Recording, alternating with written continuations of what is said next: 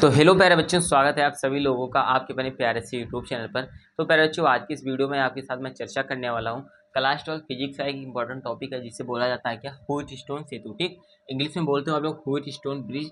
ठीक, तो ये आपका बहुत ज़्यादा इंपॉर्टेंट टॉपिक होता है जो कि आपका जो चैप्टर नंबर प्यारे बच्चों 3 है, विद्युत धारा जिसका नाम है, ठीक ना, one of the most important topic बनता है ये व्हीटस्टोन सेतु वाला। ठीक, इसके प्यारे बच्चों, इसके पहले मैंने एक वीडियो बनाया था जिसमें बताया था मैंने किरचॉफ का नियम क्या होता है। किरचॉफ के दो नियम होते हैं। ठीक, जिसे पहला वाला तो आपको संधि का नियम होता है, ये तो पता है। दूसरा नियम होता है बंद पास का नियम, या फिर लूप का नियम होता है। ठीक, तो प्यारे बच्चों जो दूसरा नियम है वो इसमें थोड़ा सा यूज में आता है। ठीक ना, तो इसको थोड़ा सा पढ़ लीजिएगा। अगर नहीं पढ़ा है इस वीडियो को डिस्क्रिप्शन बॉक्स में जाओ, वहाँ पर जाकर क्या है कि मैंने डिस्क्रिप्शन में लिंक दे मतलब डाल रखा है। ठीक, जाकर वहाँ से अच्छे से देख लेना, समझ लेना। ठीक, अच्छा तो आगे मूव करते हैं।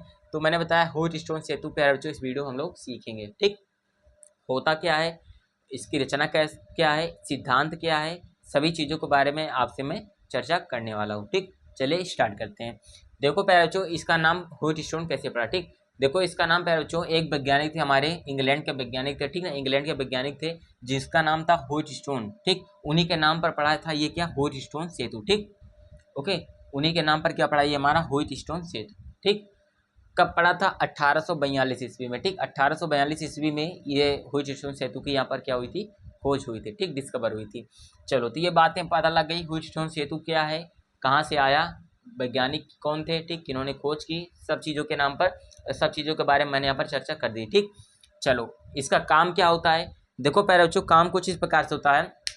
मैं एक बार चाहता हूँ सबसे पहले इस चीज़ को मैं सबसे पहले आपको समझा दूँ प्यारे बच्चों। ठीक, ये जो मैंने यहाँ पर फिगर बनाया है, यही फिगर सब कुछ है यहाँ पर। ठीक, फिगर को सबसे पहले मैं समझाता हूँ, फिर इसको मैं पढ़ूंगा। ठीक ना, चलो फिगर समझाता हूँ। देखो स्टार्टिंग से समझाऊंगा, यहीं से समझाना स्टार्ट करता हूँ। ठीक, प्यारे बच्चों, जो कैपिटल ई आपको यहाँ पर देखो, ये एक हमारा प्यारे बच्चों सेल है। सेल आपको पता है, सेल एक ऐसी युक्ति होती है जो कि पूरा विद्युत परिपथ में धारा के प्रवाह को बनाए रखती है, धारा के प्रवाह को प्रभावित करती है। ठीक, क्लियर। चलो, तो एक प्यारे बच्चों हमारा सेल है। ठीक, मैं ज़्यादा तेज़ अगर नहीं बोल रहा हूँ तो प्यारे बच्चों बताना, कमेंट करना। ठीक, अगर मेरी स्पीड ज़्यादा तेज़ है तो इसको मैं कम करने की कोशिश करूँगा। चलो, ये कैपिटल ही है प्यारे बच्चों, जिसे मैंने बताया ये क्या है, सेल है। ये प्यारे बच्चों जो यहाँ पर कुछ इस प्रकार से दिख रहा है, ये क्या है, कुंजी है। ठीक ना, की है। तो यहाँ पर मैंने एक कुंजी लगाया है। उसके बाद देखो ये पॉजिटिव सिरा है, इसका एक निगेटिव सिरा है। तो पॉजिटिव सिरे से प्यारे बच्चों यहाँ पर धारा प्रवाहित होना स्टार्ट होती है। आई धारा हमारी प्यारे बच्चों यहाँ से स्टार्ट हो रही है, प्रवाहित हो रही है, यहाँ पर आई।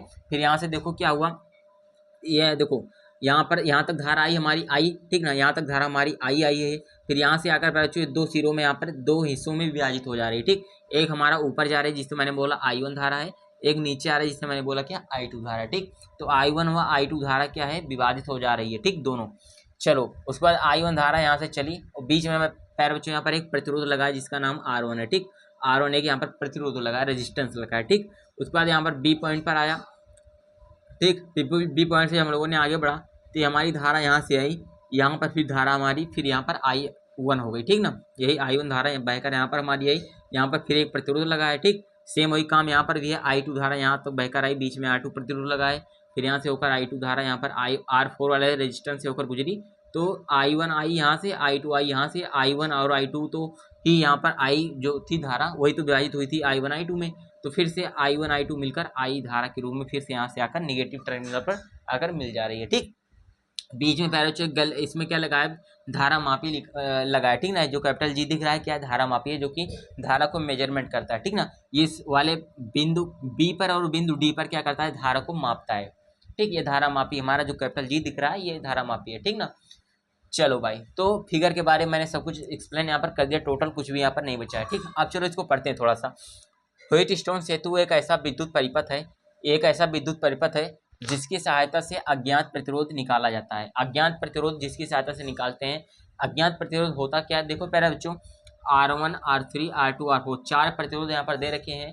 अज्ञात क्या होता है, जैसे प्यारे बच्चों तीन प्रतिरोध आपको दे रखे हो, जैसे मान लो अगर R1 R3 R2 दे रखा हो, मतलब तीन प्रतिरोध दिए हों और R4 हमें निकालना हो। ठीक, तो इसकी सहायता से, इस व्हीटस्टोन सेतु की सहायता से हम लोग चौथे प्रतिरोध को डिफाइन कर सकते हैं फार्मूले की हेल्प से। ठीक, ये होता है। अगर मान लो R1 दिया हो, ये R1 निकालना हो हमको, R3 R4 R2 दिया हो, तो ये तीनों का हम लोग करके R1 निकाल सकते हैं। ठीक, अगर कोई तीन दिया हो तो एक हम निकाल लेंगे। ठीक, चलो, रचना क्या होता है, इस सेतु में चार प्रतिरोध R1 R2 R3 व R4 भुजाओं AB BC CD तथा DA पर स्थित है। ठीक, देखो R1 प्रतिरोध AB पर स्थित है, ये AB हमारी भुजा है, A से लेकर B तक, इस पर R1 स्थित है।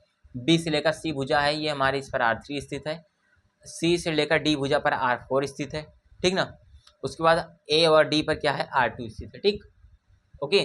देखो प्यारे बच्चों एक बात यहाँ पर ध्यान देना, मैंने थोड़ा जल्दी जल्दी में क्या किया है, यहाँ पर लिखा है R1 R2 R3 व R4। ठीक, भुजाओं AB BC, मतलब R1 तो AB पर स्थित है, देखो R1 AB पर स्थित है, फिर R2 BC पर स्थित है, देखो R2 क्या है, ये क्या पर स्थित है, AD पर स्थित है। ठीक, तो प्यारे बच्चों थोड़ा सा सुधार लेना, जो R2 है AD पर स्थित है, R3 यहाँ पर क्या है, BC पर स्थित है ना। देखो R3 क्या है, R3, ये देखो R3 प्रतिरोध क्या है, BC पर स्थित है ना। और जो R4 है वो कहाँ पर स्थित है, मैंने यहाँ पर CD लिखा है, लेकिन जो R4 है वो कहाँ पर है, देखो R4 DA यहाँ पर है ना, DA। तो R4 प्यारे बच्चों यहाँ पर देखो CD पर स्थित है ना, थोड़ा इसको सुधार लेना, बाकी कोई दिक्कत नहीं है। अच्छा, तो A व C के बीच विद्युत वाहक बल E का एक सेल हुआ कुंजी के जोड़ते हैं, या ये एक हमारा क्या पर जो सेल है और एक हमारी एक कुंजी है, जिसे मैंने आपको समझा दिया। बिंदु B व D के बीच धारा मापी कैपिटल G जोड़ रहे हैं, तो बिंदु B व D के बीच धारा मापी कैपिटल G प्यारे बच्चों यहाँ पर हम लोगों ने जोड़ रखा है। ठीक, ओके। तो अच्छा, तो अब ये हो गया हमारा प्यारे बच्चों क्या रचना हो गया। अब यहाँ पर हमारे सिद्धांत की बात रहती है ना, प्रिंसिपल क्या है इसका। प्रिंसिपल है प्यारे बच्चों, ये क्या है, ये पूरा जो ब्रिज दे रखा है संतुलन की स्थिति में ना, इसका प्रिंसिपल ये होता है कि पूरा जो ब्रिज दे रखा है संतुलन की स्थिति में, धारा प्यारे बच्चों हमारी I1 यहाँ से निकल रही है, I1 यहाँ से होकर यहाँ पर आ रही है। ठीक, यहाँ पर जो कैपिटल G दे रखा है, यहाँ पर प्यारे बच्चों हमारी धारा नहीं जाती है। ठीक, यहाँ पर हमारा धारा नहीं जा रही है। ठीक, कैपिटल G में धारा नहीं जा रही है। ठीक है, ओके। चलो अब प्यारे बच्चों इसका हम डेरिवेशन करना स्टार्ट करते हैं। सबसे पहले प्यारे बच्चों आपको मैंने बताया जो किरचॉफ का नियम होता है उसको आपको मालूम होना थोड़ा आवश्यक है। ठीक, चलो तो पढ़ लेना अगर नहीं आता है, बाकी मैं इसमें पूरा कोशिश करूंगा कि आपको समझ में आ जाए। देखो प्यारे बच्चों सबसे पहले आपको ध्यान देना है क्या, देखो ABCD आपके चतुर्भुज है ये। ठीक, बीच में से क्या है, ये B और D है, BD ले है। ठीक, तो एक भाग आपका चतुर्भुज का इधर है, एक भाग आपका चतुर्भुज का उधर है। तो एक भाग सबसे पहले आपको क्या लेना है, ABDA। ठीक, समझे, ABDA लेना है। ठीक ना, इस प्रकार से लेना है। तो यहाँ पर लिखना आपको प्यारे बच्चों क्या, पास। ठीक, एक मिनट, पास क्या है, ABDA। मैंने पास क्यों बोला, क्योंकि ये पूरा पूरा बंद है। ठीक, जो बंद होता है उसे पास बोलते हो। ठीक, पास बोलो चाहे लूप बोलो, बात एक है। तो पास ABDA में। ठीक, चलो पास ABDA में। ठीक, अब यहाँ पर हमें क्या करना है प्यारे बच्चों, किरचॉफ का नियम लगाना है। ठीक ना, किरचॉफ का नियम आपको पता होना चाहिए प्यारे बच्चों, डायरेक्शन के हिसाब से लगता है, दिशा के हिसाब से लगता है, मतलब किस दिशा में हम लोग चल रहे हैं। ठीक, मान लो हम लोग प्यारे बच्चों A से B चल रहे हैं, B से फिर देखो A से B चले, B से D चले, तो A से B गए, तो यानी कुछ इस प्रकार से प्यारे बच्चों हम लोग यहाँ पर चल रहे हैं। ठीक ना, इस प्रकार से चल रहे हैं। ठीक, देखो A से B जा रहे हैं, B से D जा रहे हैं। ठीक, तो इस प्रकार से हम लोग यहाँ पर आ रहे हैं। ठीक ना, तो मैंने लिखा पास ABDA में। ठीक, अब चलो यहाँ पर किरचॉफ का नियम लगाते हैं। देखो A से चलना स्टार्ट करो, A से जब चलोगे देखो A और B के बीच में प्यारे बच्चों प्रतिरोध दे रखा है। ठीक, तो यहाँ से हमें विभव कितना होगा, विभव कैसे निकालेंगे, विभव हमारा होगा I1 R1। ठीक, तो हमारा विभव क्या होगा, I1 R1 होगा, लेकिन प्लस में होगा कि निगेटिव में होगा, मतलब धन होगा या फिर ऋण होगा। देखो प्यारे बच्चों हम लोग जिस दिशा में चल रहे हैं ना, हम लोग ऐसे ही तो जा रहे हैं, A से B जा रहे हैं, और धारा भी हमारी ही तरफ है, मतलब इसी दिशा में धारा भी जा रही है, इसी दिशा में हम भी जा रहे हैं। जब हमारी दिशा और धारा की दिशा सेम होती है उस कंडीशन में यहाँ पर निगेटिव आता है। ठीक ना, माइनस चिन्ह आता है। ठीक, चलो अब ये हुआ A से B गए, अब B से D के बीच में देखो कुछ नहीं है।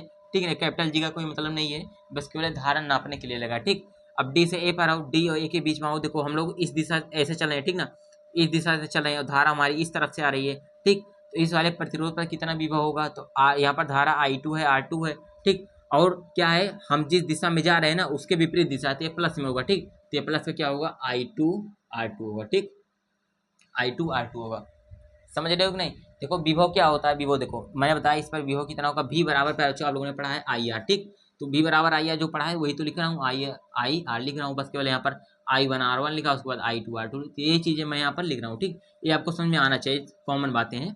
चलो भाई, तो I-1 R1 plus I2 R2 बराबर यहाँ पर क्या हो जाएगा, 0 हो जाएगा। ठीक, ओके। तो ये हुआ पास ABDA में हम लोगों ने निकाला, इतना निकला। अब देखो यहाँ से थोड़ा आपको वैल्यू निकालना है क्या, जो -I1 R1 है ना उसको दाहिने साइड भेज दो, ठीक ना, RHS में भेज दो। तो ये माइनस है, उधर जाएगा तो प्लस में हो जाएगा। तो इधर ये क्या बचा, I2 R2 बराबर क्या बचा, माइनस है इधर, उधर जाएगा प्लस में, तो I1 R1 बचा, ठीक ना, I1 R1 बचा। अब यहाँ से वैल्यू निकालो, देखो I2 इधर है, इधर I1 है, तो I1 को इधर ले आओ तो I2 बटे I1 हो जाएगा, ठीक, बराबर R1 इधर है ना, तो इधर हो गया R1 बटे R2, इधर गुणे में है, इधर जाएगा तो बटे में, तो R1 बटे R2, ठीक। तो ये निकला हमारा क्या, I2 बटे I1 बराबर R1 बटे R2, ठीक। इसे मान लो पहले समीकरण 1, इसे इक्वेशन नंबर 1 मान लो, ठीक। ठीक, तो पास ABDA में आप लोग समझ गए क्या मैंने किया यहाँ पर, ठीक। अब चलो दूसरा पास लेते हैं। दूसरा पास देखो कैसे लेना है आपको, दूसरा पास लो BCDB में, ठीक। तो यहाँ पर लिखो क्या, पास, देखो यहाँ पर मैं लिख रहा हूँ, यहाँ पर मैं कर देता हूँ, ठीक ना, पास BCDB में, ठीक, पास BCDB में, ठीक। देखो पहले जिन बच्चों ने किरचॉफ का नियम पढ़ा है ना, उनके लिए सब बहुत ज़्यादा आसान है, ठीक ना। हेलो मतलब कुछ ज़्यादा कुछ है नहीं, मंत्र नहीं मारना है, जो नियम पढ़ा है बस वही नियम यहाँ पर मैं फॉलो करा रहा हूँ, ठीक। अब देखो यहाँ पर मैं इस प्रकार से चल रहा हूँ, B से C आ रहा हूँ, C से D चल रहा हूँ, ठीक, फिर D से B, तो मतलब इसमें भी पैरोचो यहाँ से चलना स्टार्ट कर रहा हूँ, यहाँ से स्टार्ट कर रहा हूँ, इसमें भी क्या ऐसे जा रहा हूँ, ठीक ना, इस प्रकार से रिवर्स जा रहा हूँ, ठीक। मतलब B से स्टार्ट किया तो B से स्टार्ट किया, ऐसे ऐसे आकर ऊपर जा रहा हूँ, ठीक। चलो अब इसमें भी देखते हैं। देखो यहाँ से स्टार्ट किया, देखो जिस तरफ हम जा रहे हैं B से C, और इसी तरफ धारा भी है, ठीक। तो जिस तरफ धारा है उसी तरफ हम भी हैं, तो यहाँ पर इस पर प्रतिरोध पर कितना विभव होगा, तो I1 R3 होगा, विभव क्या होगा, I1 R3 होगा। लेकिन सर प्लस होगा कि माइनस होगा, तो देखो जिस दिशा में हम हैं उसी दिशा में धारा भी है, तो माइनस होगा, सीधी बात है, ठीक। अब देखो वहाँ से निकले, फिर C से D के बीच में है, तो एक प्रतिरोध यहाँ पर निकला, इसका विभव कितना होगा, I2R4 होगा, क्या होगा, I2R4 होगा, I2R4 होगा, लेकिन प्लस होगा कि माइनस, देखो जिस दिशा में हम हैं, ठीक ना, उसी दिशा में क्या है, देखो देखो एक बात यहाँ पर ध्यान रखना, देखो पहले धारा हमारी ऐसे जा रही है, ठीक, ये देखो धारा हमारी ऐसे यहाँ पर जाकर यहाँ पर मिल रही है, तो धारा हमारा इस तरफ है, हम इस तरफ से आ रहे हैं, मतलब अपोजिट है, अपोजिट रहने पर पॉजिटिव ले जाता है, तो प्लस में क्या होगा, I2R4 होगा, क्या होगा, ये I2R4 होगा, बराबर में क्या होगा, ये भी 0 के बराबर होगा, ठीक ना। अब यहाँ से वैल्यू निकालो, माइनस है इधर ना, उधर भी तो प्लस में, तो प्लस में क्या हो जाएगा, I2R4 बराबर प्लस में क्या होगा, I1R3 होगा, ठीक ना, I1R3 होगा, क्लियर। अब यहाँ से पैरा काम कर सकते हो, जैसे यहाँ पर I2 दे रखा है ना, यहाँ पर I2 दिया है, यहाँ पर I1, तो I1 को इस साइड लो, मतलब धारा को एक तरफ करो, प्रतिरोधों को एक तरफ करो, तो होगा I2 बटे I1 हो जाएगा, ठीक, बराबर R3 है ना, इधर तो हो जाएगा R3 बटे ये R4, इधर गुणे में उधर जाएगा तो बटे में, तो R4 हो जाएगा, ठीक, ये हो जाएगा। तो एक बार पैरा मैं देख लेता हूँ दिख रहा है कि नहीं आपको, ठीक ना, थोड़ा सा देख लेता हूँ दिख रहा है कि नहीं आपको, ठीक।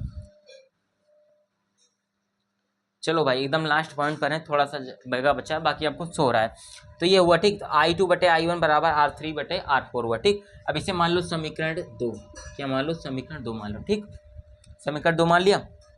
अब देखो पहले बच्चों, ये समीकरण 1 है, ये समीकरण 2 है, तो समीकरण 1 और समीकरण 2 को तुलना करने पर, ठीक, समीकरण 1 हुआ 2 से, ठीक, समीकरण 1 और समीकरण 2 से देखो एक चीज दिख रहा है प्यारे बच्चों, I2 बटा I1 इधर भी है, I2 बटा I1 इधर भी है, दोनों सेम है, ठीक। जब दोनों पक्ष मतलब जिसका इसका भी बायां पक्ष इसका भी बायां पक्ष बराबर है, तो दाहिना पक्ष ऑटोमेटिक बराबर होगा, ठीक। तो बाएं पक्ष में देखो, तो दाहिना देखो बाएं पक्ष तो बराबर है, तो दाहिने पक्ष को बराबर कर लो, तो दाहिने पक्ष में क्या है, R1 है बटे R2, और इसमें क्या है, दाहिने पक्ष में बराबर हो जाएगा क्या, R3 बटे R4, R3 बटे R4। तो ये यही प्यारा बच्चों क्या होता है, आपका फाइनल रिजल्ट होता है, फाइनल आंसर होता है, ठीक। यही होता है क्या, व्हिटस्टोन सेतु का जो फार्मूला होता है मेन, यही होता है, ठीक। कहीं कहीं पर आपको देखने को मिलेगा P बटा Q बराबर R बटा S, तो वहाँ पर क्या होता है, प्रतिरोध को, जैसे यहाँ पर प्रतिरोध मैंने R1 R2 माना है, R3 R4 माना है, वहाँ पर प्रतिरोध P Q R S मान लेता है, ठीक। तो वो कोई दिक्कत नहीं है, वैल्यू यही होता है, ठीक।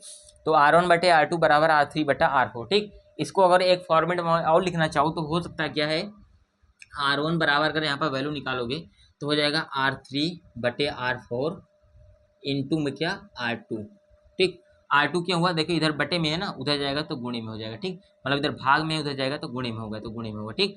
तो मतलब कुछ नहीं है, मेन तो यही है पैरा, मेजर फार्मूला यही है, इसी के माध्यम से हम लोग अज्ञात प्रतिरोध निकालते हैं, ठीक। अज्ञात कैसे हुआ, जैसे देखो हमें R1 निकालना है, R3 R4 मतलब R3 R4 और R2 की वैल्यू दे रखी है, तो तो यहाँ पर हमें R1 निकालना है, तो हम इसी फार्मूला का यूज करके आराम से R1 निकाल सकते हैं, है कि नहीं। तो ये होता है प्यारे बच्चों व्हीटस्टोन सेतु का फार्मूला। मैंने पूरा डिटेल में जानकारी आपको दे दी, कैसे होता है, क्या होता है, कैसे आया फार्मूला, ठीक ना, कब आया।